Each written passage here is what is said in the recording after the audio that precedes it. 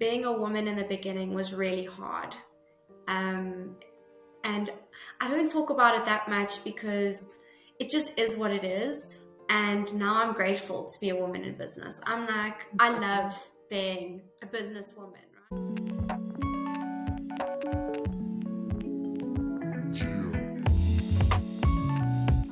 Welcome back to another episode of the She Just Got Going podcast. I am super excited to have Kimberley Taylor on today's episode. So for those that have not been following the page, I have been sharing a little bit about what Kim is about and, you know, the company that she is behind. And so Kimberley is behind a company called Loop that is responsible for, you know, making these very big companies' operations smoother, namely their deliveries. But we're going to talk a little bit more about that today. And so, yeah, I'm just going to give the floor over to you, Kim, to pretty much just introduce yourself and tell us what you are about and what Loop is about. Awesome. Yeah, thank you so much for having me. I'm super excited to be on your show in your space. So I'm Kimberley, and I am the founder of a business called Loop. And basically what Loop is a piece of tech software that businesses use in order to help them manage their deliveries and drivers. So very high level, as you can imagine, any operations or people doing deliveries, there's lots of moving parts, drivers on the road, customers wanting to know when my delivery is going to be made. So there's all these different people in what we call the supply chain. Being the business, the driver, and the end consumer. And we've basically built tech that helps those three parts of the system, those three people in the system, understand at all times where parcels are, to have that visibility. It allows them to communicate effectively. So whether the driver's having an issue or the business needs to get a hold of him. So visibility, communication, and ultimately what we're trying to do is help them optimize their delivery business through different algorithms that we've built, and effectively help them be more cost efficient, make more money. Very high level. That's what Loop does. Yes. I did get to see a little bit about what Loop was busy with through a post that I saw on LinkedIn. And I just thought it was so amazing because I think our country really does need the efficiency help. And so I thought it was just brilliant that you were able to offer those solutions to companies. And I saw that this was, an idea or business that came about as a result of a project that you were busy with when you were studying engineering. And so can you just speak a little bit to how Loop actually came about? Yeah, so I studied chemical engineering, and in my third year, we had a project where one of the questions on the project was to write a route optimization algorithm. And basically what that is if you're a salesman or you're a delivery man and you're a woman and you need to go to multiple different stops in the day, what a route optimization algorithm will do is help you understand in which sequence to do those stops in order to drive the shortest distance, right? Yes. So that you could save fuel, save the cost of maintenance and travel on that vehicle. And so when I wrote this route optimization algorithm for this varsity project, I was curious as to whether it was being used in the real world, right? Like we do these things at varsity, but I wanted to know, is this actually being used by companies in the real world? How do they help drivers be the most efficient? And that curiosity, I guess, in some ways paid off, because through that investigation, asking different people, I started to not only see that, okay, there are these drivers that don't have the best routes, like they're basically starting their days with like stacks of paper, trying to figure out where to go. But also from the business point of view, there was not a lot of visibility available for the business of where the driver was, how he was performing. And so the basis for the tech or the system that I thought could be built and solve these problems was to give the business better visibility of the driver, have better communication tools, and ultimately give the end consumer, who was also, when I did this research, I could see struggling to understand, it wasn't good enough to say, you'll get your parcel in the next 5 days, sometime between 8 and 5. Yeah. You wanted to know a little bit more detail, a better ETA. And so, yeah, that's basically a bit of the journey. Yes, yes.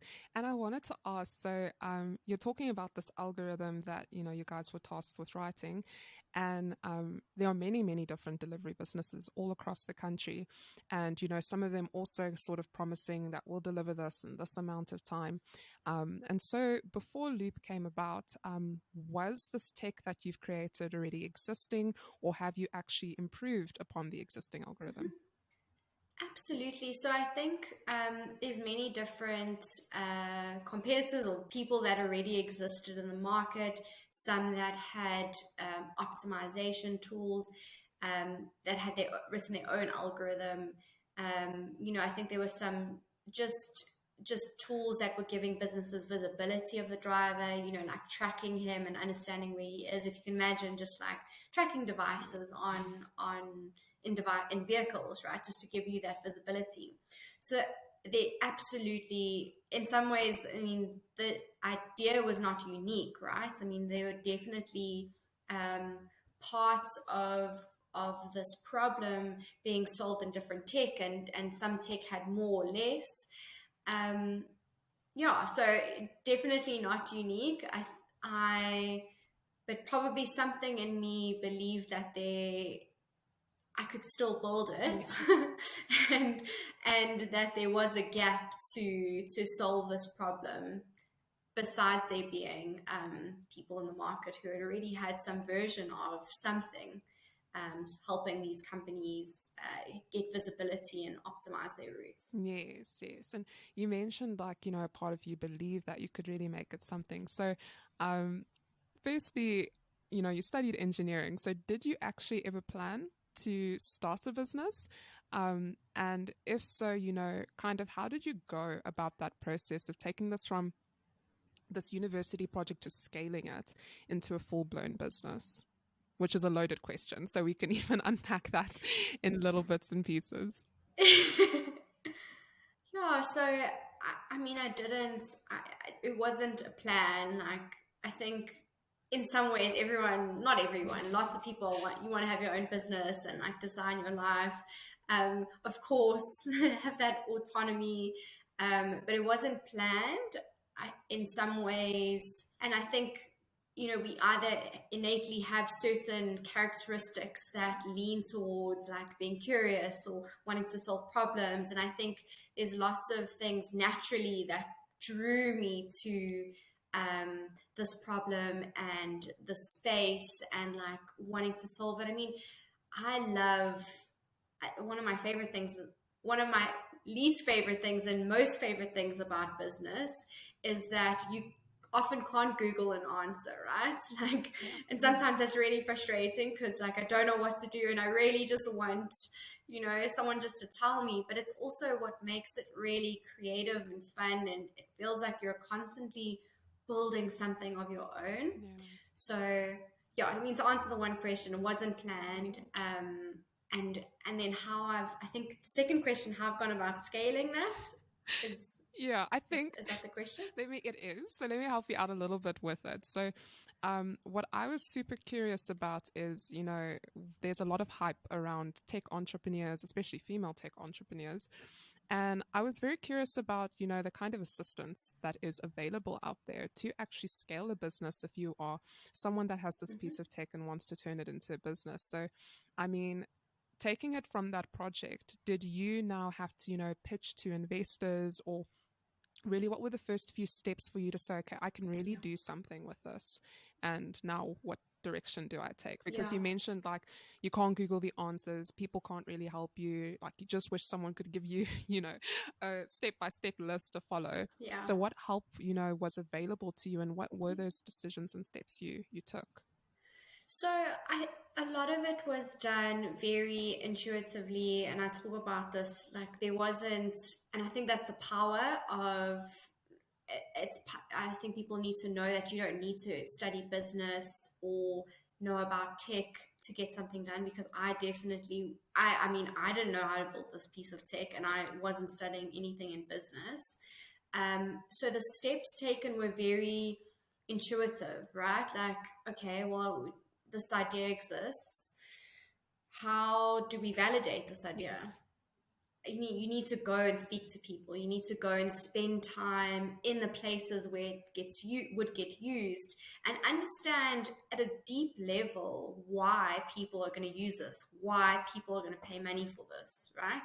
So that was some of the initial steps, is in validating the idea, and you do through experimenting and talking, and I think this is just like maybe one point, is it's not good enough to go to people and say, do you think this is a good idea? Like that the answer to that is something that you need to answer. Do I think this is a good idea? I need to convince myself that this is a good idea, right? So you can't, I mean, often, and it's okay, but I get lots of queries like, I have this idea, do you think it's a good idea?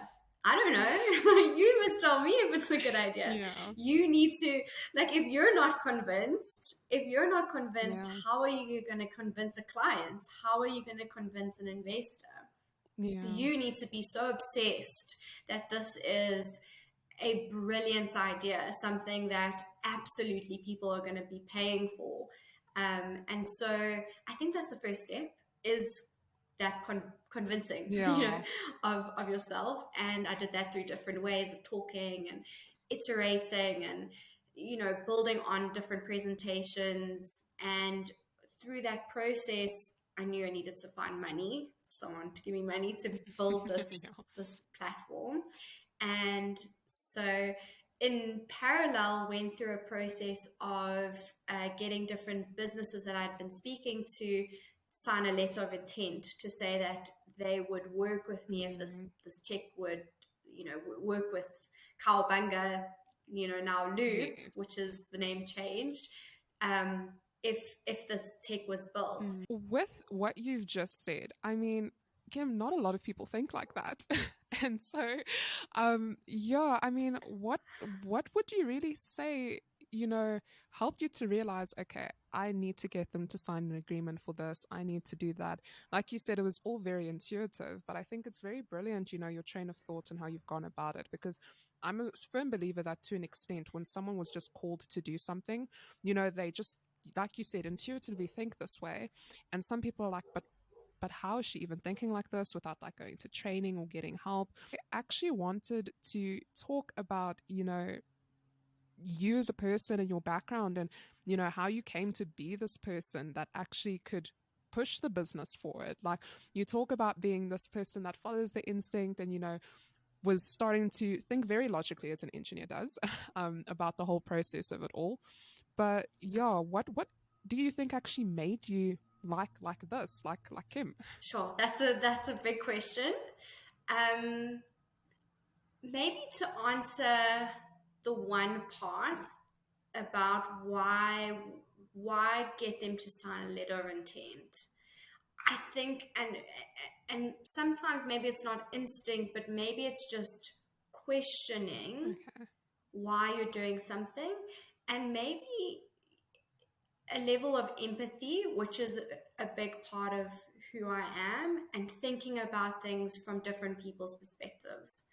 So if you think about when I'm doing something, even now as I do like new work, or I'm building a presentation for something, I think about the person who's looking at this, not about like my ego and what I want to show them. What do they actually care about knowing? Like, not what's in it for me, what's in it for them, right? I think when you, maybe that level of like removing it being about you and it being about, in my case, the business, the driver, the end consumer, their investor. Like, the investor's going to ask, well, why you? Like, what makes you special? Why don't I just go invest in that business? Why? Like, so being able to put yourself in other people's shoes. And I've never thought about this question the way you've asked it. No, don't worry. But I think that that's probably, yeah, and I think that's a little bit about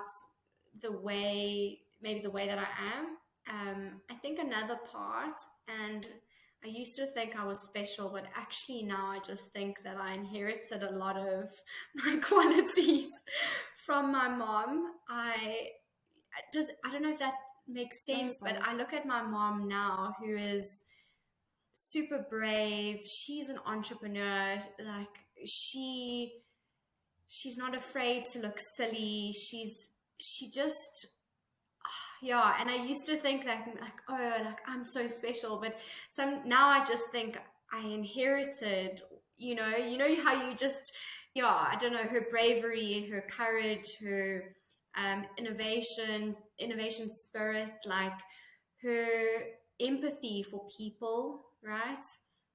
Her hard she's a hard worker. I think I've seen all of these things in her, which in some ways I feel like were gifts that were given to me from her. So I would, just to add to that answer. Yeah. Yeah, that's really awesome, and I think it's true. I mean, we can definitely inherit qualities from our parents, and all those wonderful qualities Yeah. that you mentioned about your mom definitely have molded you into the person that you are. And I saw on your social media that you were very quick to give her that appreciation just for the part that she's had to play in the person that you are. Um, but I think, yeah, back to the topic of like pretty much growing the business and that intuitiveness that we were talking about just now. So let's just hop back into the conversation of now actually getting investors on board. So how did you actually find investment? Cool. So spoke to different people, spoke to friends, parents, because I mean my mom's has a nursery school, so no one in the corporate space. So spoke to friends, parents who maybe knew someone who would like listen to me. You know, it was like a boyfriend at the time where he worked. Did he know someone? It was really just, I mean, because at that stage you just, anyone who will talk to you, anyone who will listen to your pitch, right, give you a chance to show. And obviously the first few were absolutely terrible, right? They were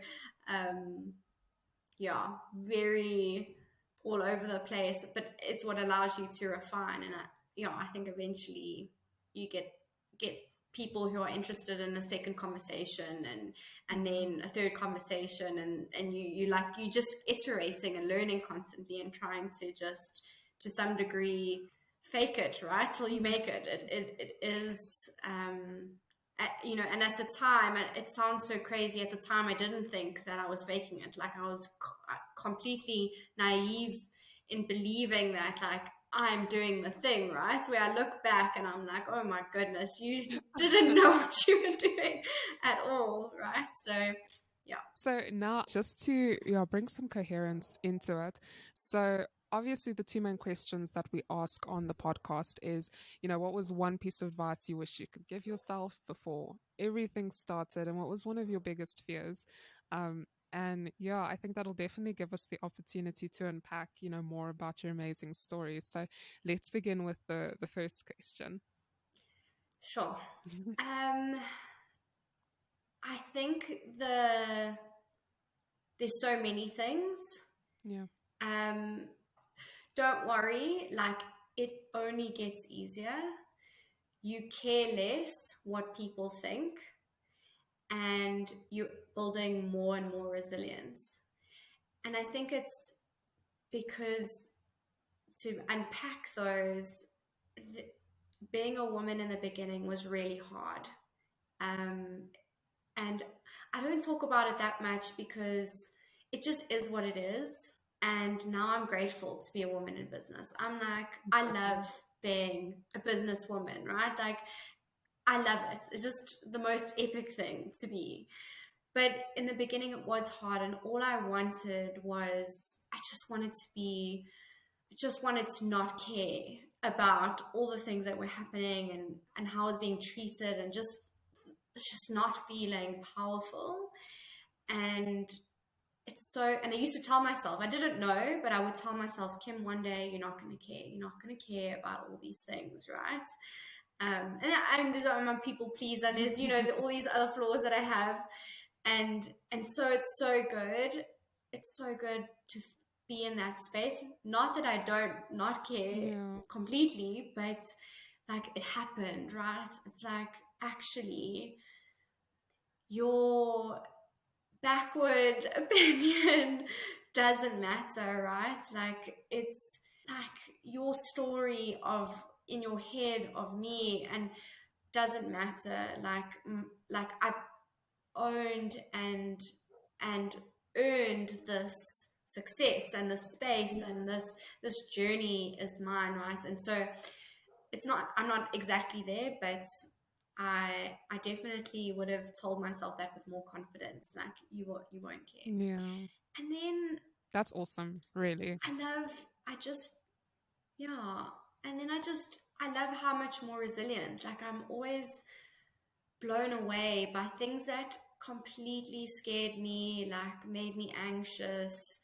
And I'm like, wow, 6 months ago, I was like, just so scared of that. And now I can do it. And it's just constantly more and more empowering. Just continue to lean into the fear, because you are only building more resilience. Wow. Like lean in. Like, in fact, just love the fear, like just embrace it. Like, this is, yeah. So that's what I would tell myself.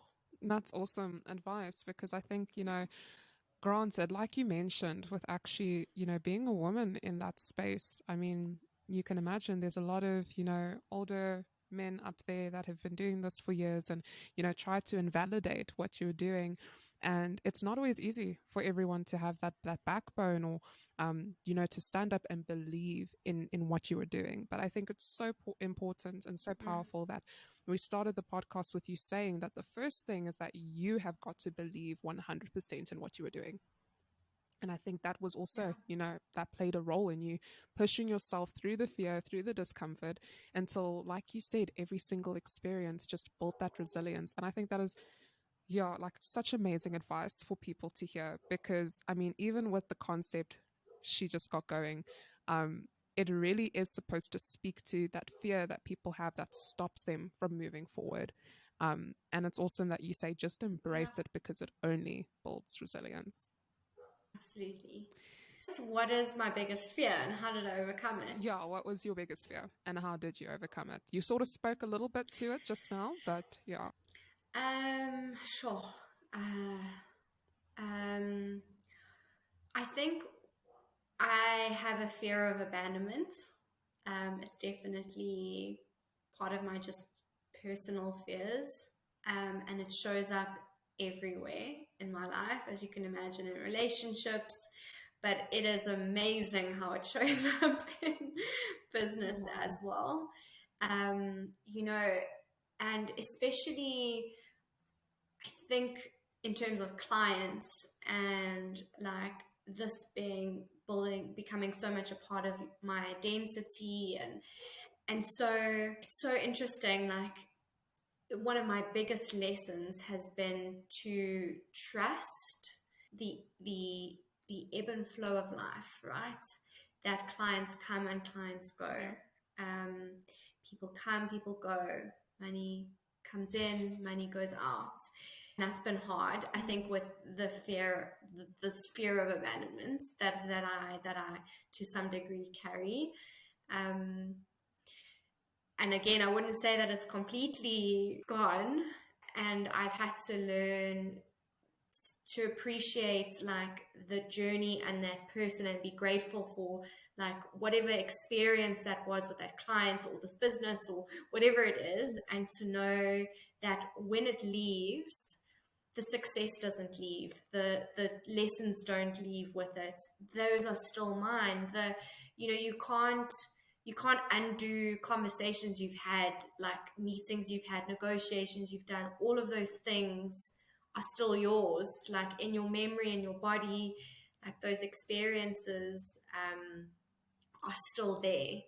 And so yeah, that probably is has been one of my biggest fears to overcome through building this business. Yeah, who would have actually thought, that a fear like that could, like you said, interfere as much with business as it did with you? I don't know why, but I've never actually thought of that actually being able to play the kind of role that it played. And what would you say helped you then through those fears? Like, obviously, you've spoken a lot about, the more that you have a go at this, the better it gets. But how did you come to that realization that you just mentioned of there's an ebb and flow in life? I've not by my own intelligence through coaches and psychologists. Definitely not my own insights. I think it's really important.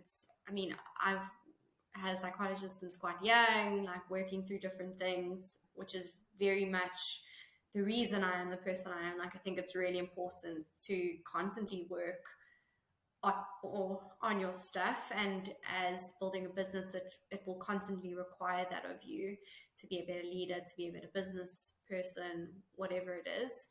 But that insight came through talking to people, people much smarter, much like wiser than me.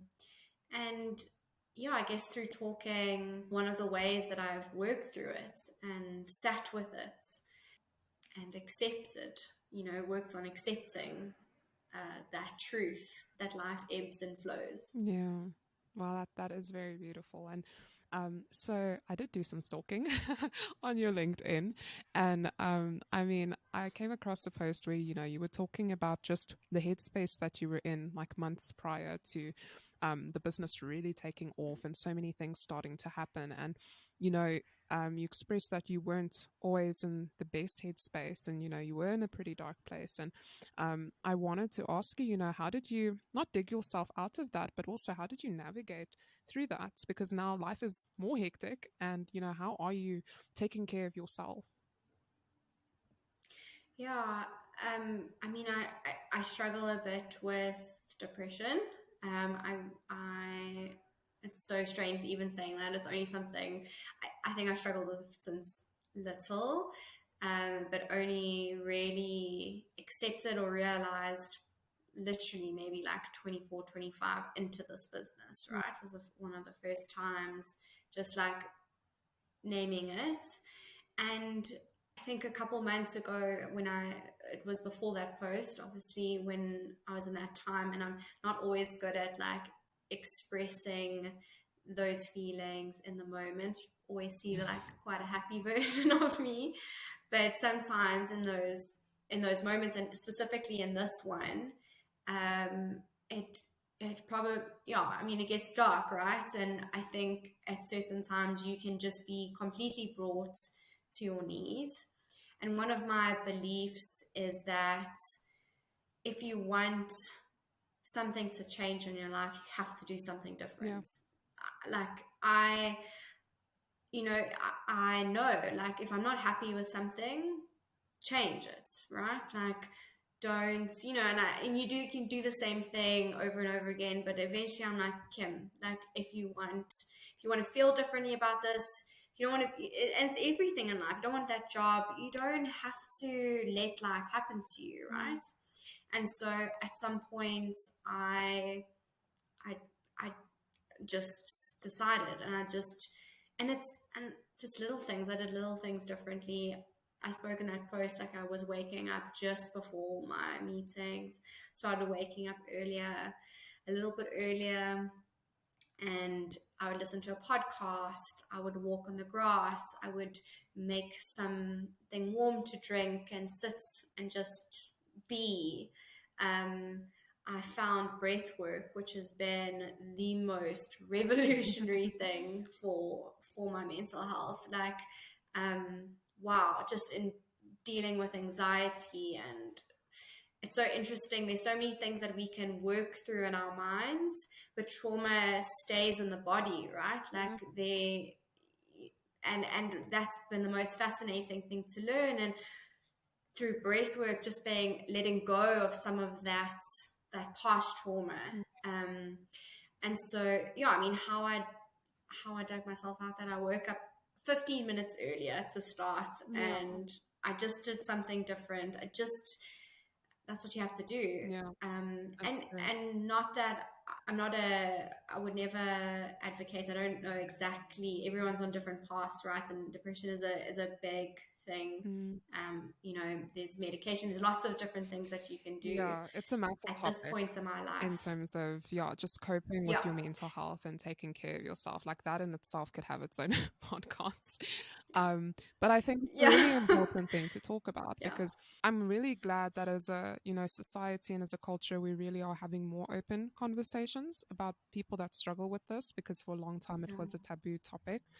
And it's great to see that, someone that yeah, is doing what you're doing. And I really do believe like you are going places, it's only going to go up from here. Like, I do believe that it's so important for people to also just see, like, at the same time, you're still a person, still a human being. You have struggles just like everybody else. Um, and yeah, I just wanted to really touch on, how you got through those. And it's so great that you said do something different. And that will be different for anyone else, but make that conscious effort yeah, to change something in your life. So that was really awesome. yeah, absolutely. Cool. Yes. But yeah, I wanted to ask, so the business had been around for a while and it was quite quiet.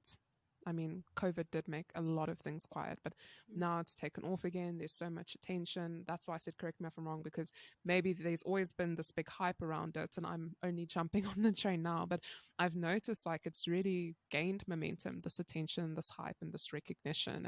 And again, you had even shared on social media that you need to like just take it in and remember that you need to be down to earth, because you have so many people now just telling you that you're the girl and you're doing everything and you're amazing, which must be awesome.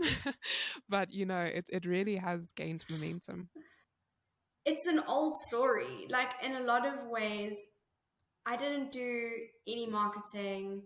I didn't really even have a website until like the first time we got a website was because we won that MTN App of the Year award. Oh, wow. And it was like a one page. I don't even know if Cowa Bunga website still exists or if it goes directly to Loop, but it was like a one page, not really a website, like just because we'd won it and like we wanted people to be able to find Yeah. Cowa Bunga, but haven't focused at all on marketing, websites, LinkedIn, Yeah. PR. Like that was just completely off our radar, right?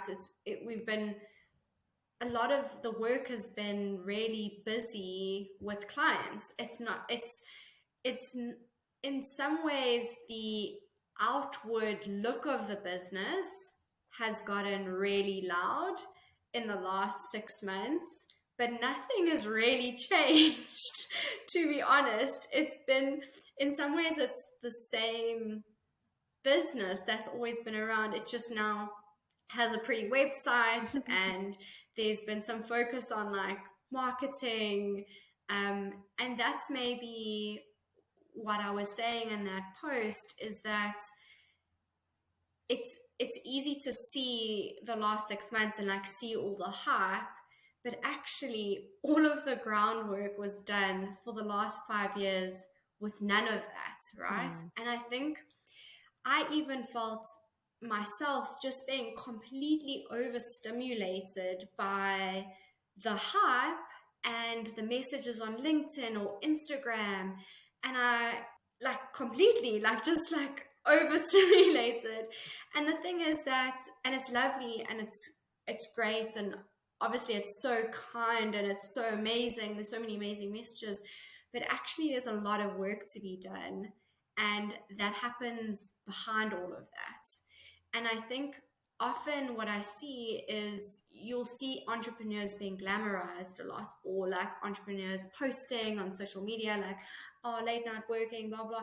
And I don't actually think that's where the hard work is. Like, I Mm. find that when you are working hard, you don't have time to do that stuff, right? And yeah, so I think it was just like a moment of like, okay, I've been completely over some, I mean, and not, I'm grateful, like it's been so amazing and I've grown so much from it, but actually like there's a lot of hard work to be done. So like come back down to earth, because you can't really be productive when you like overstimulated, right? It's like too much caffeine. You like you need to kind of like ground and be like, okay, cool, this is action plan, right? Like there's work to be done. And so that's kind of what that post was referring to. Time to ground, time to do the work, because actually the work happens behind all of this stuff. Yeah, that's true. But yeah, actually, how has that been? Now, thrust into this, what seems like a sudden spotlight. How has the experience been, to get the recognition you've been getting for Loop? A lot of anxiety. To be Can relate. honest, I'm kidding. it's obviously not. It's not my strong point at all. I mean, posting to a degree, I can be very vulnerable with people close to me, and I think like very new, a lot of anxiety like mixed with it. Like there's another side to it. It's like you never know if people are going to be mean, and like it's just like there's this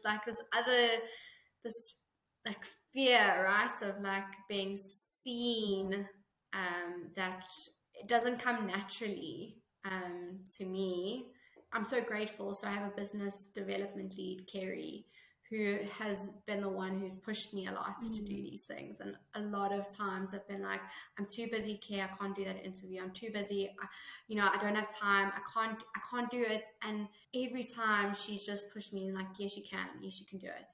Yes, you can do it. Yes, like radio stuff and live stuff. And every time I've been so grateful because it's connected us with such amazing people and potential clients. And I'm so grateful to have had someone that was pushing me and saying, yes, you can, go do it, go speak, go speak, go speak. Do you know what I mean? Because I wouldn't have done it. And she's the one who's pushed a lot of the stuff that we're doing. And I wouldn't have been able to do it naturally by myself at all. I think we would have gone another however many years without ever talking about ourselves louder. Because it's not my strong point. Definitely not my strong point. Yeah. No, that's incredible. That's awesome because, like you said, sometimes when that isn't something that naturally comes to you, then it's great to have people in your life that then can bring that necessary part out of you. Because I never would have imagined, that it's something that is actually quite a stressful situation for you, actually doing all these engagements and talking to all these people. But like you said, like it is new and it is different, but it's great that you're once again embracing that and just embracing and falling into that fear and diving headfirst into it because you never know what's going to come from that. But yeah, with all the exciting and awesome things happening with the business, what are the steps forward? So like where to from here? I think there's a lot of learning we have to do around this next phase, which is scaling a business, right? Which means getting a lot of things right in parallel, building tech still really well, scaling the tech, the right people, communication, like the right collaboration within our team. So there's a lot, converting, not upsetting clients, old clients, new potential clients. There feels like there's a lot of like things that you're having to get right at the same time, which we're learning and getting completely wrong sometimes. And I have to like constantly remind myself, we absolutely are going to get things wrong. Like it's part of it. Like lean into like the fear of like it not being perfect or disappointing people. You like it's just is what it is. Yeah. At this point, in getting it right collectively. So that's really the journey we're on now. Is how do you scale the business, right? It's one thing getting it right with one or two, four, five clients, and if you're doing them one at a time, but doing multiple things at a time with a growing team, keeping the same quality, it is definitely a challenge. Yeah. And I guess to follow on to that question, like what kind of help, are you starting to see? Because obviously now with the business getting more attention, more people are coming on board, more people, extending contacts and networks and, helping out. If someone is a tech entrepreneur trying to scale up their business, where do you think South Africa really ranges in terms of helping, entrepreneurs, and what sort of help has been available to you to scale your business? And you can be, honest about that. Hmm. Yeah, sure. I could talk about that on so many different levels. I think that there are times when corporates are helpful and aren't. That's definitely been a part of my journey. Yeah. There are times when, yeah, it's, I, I, I don't know if I'm the best to give advice on this because it's something that I'm still just going through. Mm. And learning and trying not to get wrong, right? Because businesses, like business at this scale, is fragile, and so you have to remain very humble and focused and paranoid to some degree about not messing up. um, and so sure, the support. I mean, there is also a lot of support. Like I could say in the same breath where it sometimes feels super alone, I've also just, there are such amazing people in our country that are really impact driven, that are like willing to, offer help. There's great accelerator programs. There's amazing podcasts. Like I honestly just listen to podcasts all the time, and I just hear all the different stories of different tech companies at different stages and what they did around anything, because there's so much to get right. Mm. So any lesson is a good lesson. I don't know if that answers your question, No, but there's no like perfect answer to my questions, because again, like this is your story. And yeah, so literally you are just speaking yeah, to your story, and that may be different to the next person, but you don't have to have it all figured out. And absolutely. yeah, I think that's also the beauty of, doing the engagements at this stage of your business, because one day, you'll look back and you'll be able to see, okay, well, I didn't have it all figured out then, but I was making that conscious effort, and you were being honest. Like it's refreshing that you're not trying to put forward this persona of having it all figured out, even though you said to some degree you are going to have to fake it till you make it, but you're being honest about the things that you still need help with and things that you still need to work on. And I think that's a really important thing that people need to realize as well. And so, yeah, I mean, that's kind of why, I mean, the podcast started, is to also be that extra resource out there, for people to be able to listen to different Mm. stories and get that advice. And I know that there's going to be something in your story, that someone will also be able to take from, even though it's not, your story hasn't come to, it's not fruition, but like, it's full maturity. Like, it's not like you've made it, you're at the top of Mm. Forbes, etc., etc. Although I think like one day you might be. I Yeah. think it's really important for people to, see that it's okay to just start, and it's okay to navigate through all the tough nitty gritty things, and it can still work. Absolutely. I mean, I love what you're doing. I think she just got going. I mean, it's literally that, right? Just start. And like we get so crippled by, I was thinking I've been doing this for 5 years. It feels like a week sometimes, Oh, we're wow. so worried about like wanting results quickly and like, oh, I want this and I need it now. And like it's all gonna come, and like it happens quicker than you think. Like time just goes so Yeah. quickly, and so rather than just being so like far ahead, just bring it back. Think about your next one move in the next minute, in the next hour, in the next 3 hours. I think you can be so crippled by like the big task of getting to a certain Yeah. place, um but don't, just get going. Like pick one thing, make a move, and you iterate action from there. Yeah, that's awesome. And so yeah, I guess, to wrap things up, Kim, I really would, love to delve into, your story a bit more. But I think the essence of today's podcast was really just to, gain insight into what, it really is like to be someone that, had this awesome idea out of uni, you were curious about it, you ran with it, and really how you've navigated starting a business from that in its infancy. And so I think it's great to kind of be able to see your journey from this point in your journey. And so thank you for your time and sharing what you've shared, and for all the wonderful advice and realness that you have given. And I hope that we can maybe do a part 2 to this, because I just feel like there's still so much that I would love to Absolutely. ask.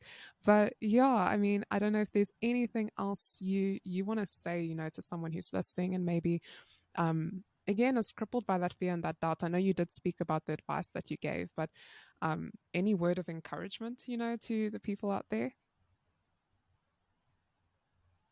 Yeah, thank you so much for having me. Honestly, it's been so amazing.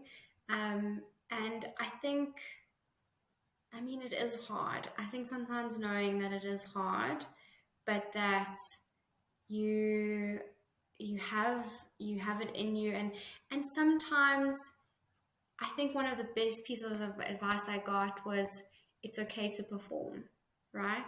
Sometimes you're acting like the version of yourself that you need to be, right? Not that you necessarily are, right?